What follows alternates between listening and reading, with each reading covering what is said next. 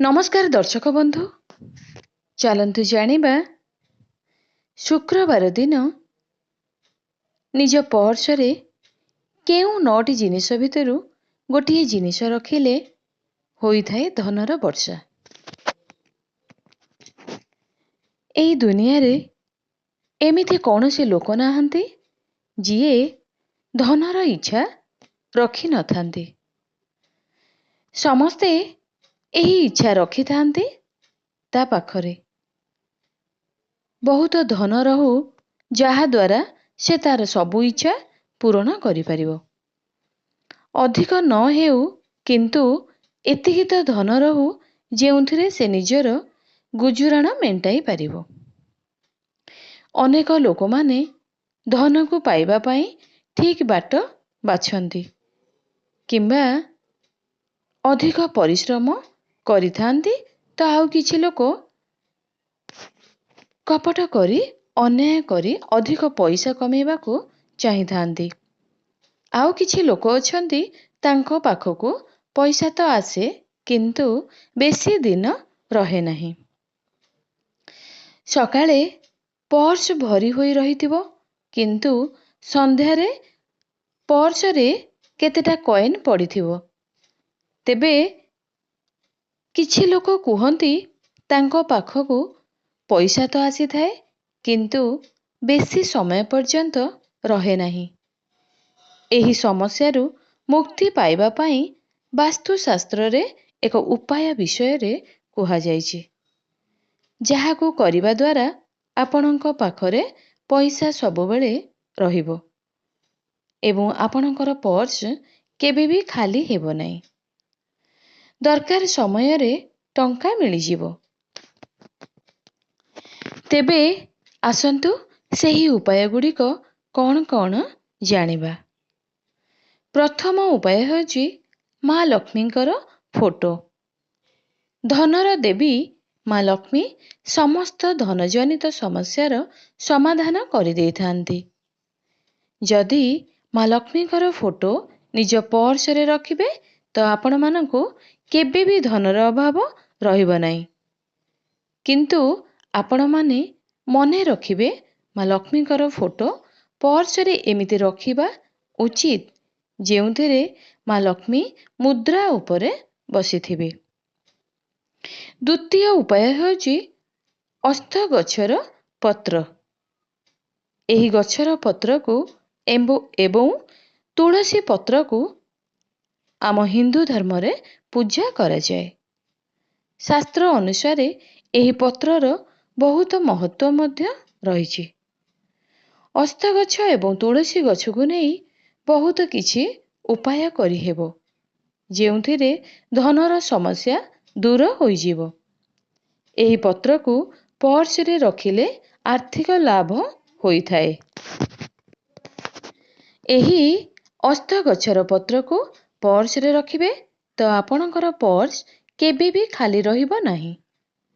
ସବୁବେଳେ ଆପଣଙ୍କ ପର୍ସ ଭରି ହୋଇ ରହିଥିବ।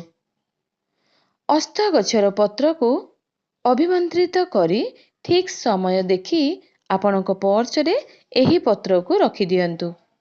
ଏମିତି କଲେ ଆପଣଙ୍କର ପର୍ସ ସବୁବେଳେ ଭରି ହୋଇ ରହିଥିବ। ଦରକାର ସମୟରେ ଆପଣଙ୍କୁ କେବେ ବି ଆର୍ଥିକ ସମସ୍ୟାର ସମ୍ମୁଖୀନ ହେବାକୁ ପଡ଼ିବ ନାହିଁ। ତୃତୀୟ ଉପାୟଟି ହେଉଛି ନାଲି ରଙ୍ଗର କୌଣସି କାଗଜ। ଏହି ନାଲି କାଗଜରେ ଆପଣଙ୍କ ମନରେ ଥିବା ଯେକୌଣସି ଇଚ୍ଛାକୁ ଲେଖିକରି ଗୋଟି ସୂତାରେ ବାନ୍ଧିଦେବେ ଏବଂ ଏହାକୁ ଆପଣଙ୍କର ପୂଜା ଘରେ ରଖି ବିଧି ବିଧାନରେ ପୂଜା କରିନେବେ। ଏହାକୁ କରିବା ପରେ ଆପଣଙ୍କର ପର୍ସରେ ଭଲ ସମୟ ଦେଖି ରଖିଦେବେ।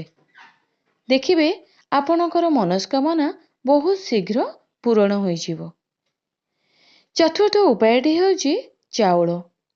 ଶାସ୍ତ୍ର ଅନୁସାରେ ଚାଉଳ ଏବଂ ପଇସାକୁ ଗୋଟିଏ ପ୍ରକାରର କୁହାଯାଏ। ସେଥିପାଇଁ ଚାଉଳକୁ ପର୍ସରେ ରଖିବାର ମହତ୍ୱ ମଧ୍ୟ ରହିଛି। ଯଦି ନିଜ ପର୍ସରେ କିଛି ଚାଉଳ ରଖିବେ ତ ଅନାବଶ୍ୟକ ଖର୍ଚ୍ଚରୁ ଆପଣଙ୍କୁ ବଞ୍ଚାଇଥାଏ। ପଞ୍ଚମ ଉପାୟଟି ହେଉଛି ପର୍ସରେ କଉଡ଼ି ରଖିଲେ ବହୁତ ଶୁଭ ହୋଇଥାଏ ଏବଂ ଗୋମତୀ ଚକ୍ର ମଧ୍ୟ ରଖିପାରିବେ। ଏହା କଲେ ଆପଣଙ୍କର ଧନ ବୃଦ୍ଧି ହୋଇଥାଏ। ଷଷ୍ଠ ଉପାୟଟି ହେଉଛି ଯଦି ଆପଣଙ୍କ ପାଖରେ ରୂପାର କଏନ୍ଟେ ଅଛି, ଏହାକୁ ଆପଣ ନିଜ ପର୍ସରେ ରଖିଲେ ଧନ ବୃଦ୍ଧି ହୋଇଥାଏ। କାରଣ ମା ଲକ୍ଷ୍ମୀ ପ୍ରସନ୍ନ ହୋଇ ଧନର ବର୍ଷା କରିଥାନ୍ତି। କିନ୍ତୁ ଧ୍ୟାନ ରଖିବେ ଯେ ସୁନା କିମ୍ବା ରୂପାର କଏନ୍ ପର୍ସରେ ରଖିବା ପୂର୍ବରୁ କଏନ୍କୁ କୌଣସି ମନ୍ଦିର କିମ୍ବା ମା ଲକ୍ଷ୍ମୀଙ୍କ ଚରଣରେ ପୂଜା କରି ପର୍ସରେ ରଖିବେ। ଏହା କରିବା ଦ୍ୱାରା ଆପଣଙ୍କୁ ସମ୍ପୂର୍ଣ୍ଣ ଶୁଭ ଫଳପ୍ରାପ୍ତି ହୋଇଥାଏ। ସପ୍ତମ ଉପାୟଟି ହେଉଛି ଯଦି ଆପଣ ରୁଦ୍ରାକ୍ଷ ପର୍ସରେ ରଖିଦିଅନ୍ତି ତ ଏହା ଦାରିଦ୍ର୍ୟତାକୁ ଦୂର କରିଥାଏ ଏବଂ ଧନ ବୃଦ୍ଧିର ସାହାଯ୍ୟ ମଧ୍ୟ କରିଥାଏ। ରୁଦ୍ରାକ୍ଷକୁ ପର୍ସରେ ରଖିବା ପୂର୍ବରୁ ଏହାକୁ ପୂଜା କରି ବିଧି ବିଧାନର ସହିତ ଭଲ ସମୟ ଦେଖି ନିଜ ପର୍ସରେ ରଖିଦିଅନ୍ତୁ। ଦେଖିବେ ଆପଣଙ୍କର ଆର୍ଥିକ ସମସ୍ୟା ଦେଖାଦେବ ନାହିଁ। ଆପଣଙ୍କ ପର୍ସରେ ସବୁବେଳେ ଟଙ୍କା ଭରି ହୋଇ ରହିବ। ନିଜ ପର୍ସରେ କେବେ ବି ଟଙ୍କାକୁ ମୋଡ଼ି କରି ରଖନ୍ତୁ ନାହିଁ। ଯଦି ଟଙ୍କାକୁ ମୋଡ଼ି କରି ରଖିବେ ମା ଲକ୍ଷ୍ମୀ କ୍ରୋଧିତ ହୋଇଯିବେ, ଯାହାଦ୍ୱାରା ଆର୍ଥିକ ସମସ୍ୟାର ସମ୍ମୁଖୀନ ହେବାକୁ ପଡ଼ିପାରେ। ଶୁକ୍ରବାର ଦିନ ଗୁଜୁରାତିରେ ଏହି ଛୋଟ ଉପାୟ କରି ଶୁକ୍ରଙ୍କୁ ମଜବୁତ କରିପାରିବେ। ଶୁକ୍ର ମଜବୁତ ହେଲେ ସୁଖ ଶାନ୍ତି ବୈଭବ ସବୁ କିଛି ମିଳିଥାଏ। ସେଥିପାଇଁ ଏହି ଉପାୟ କରନ୍ତୁ। ପାଣିରେ 1ରୁ 2ଟି ଗୁଜୁରାତି ପକାଇ ଗରମ କରିନିଅନ୍ତୁ। ଏହାପରେ ଏହି ପାଣିକୁ ସ୍ନାନ ପାଣିରେ ମିଶାଇ ସ୍ନାନ କରନ୍ତୁ।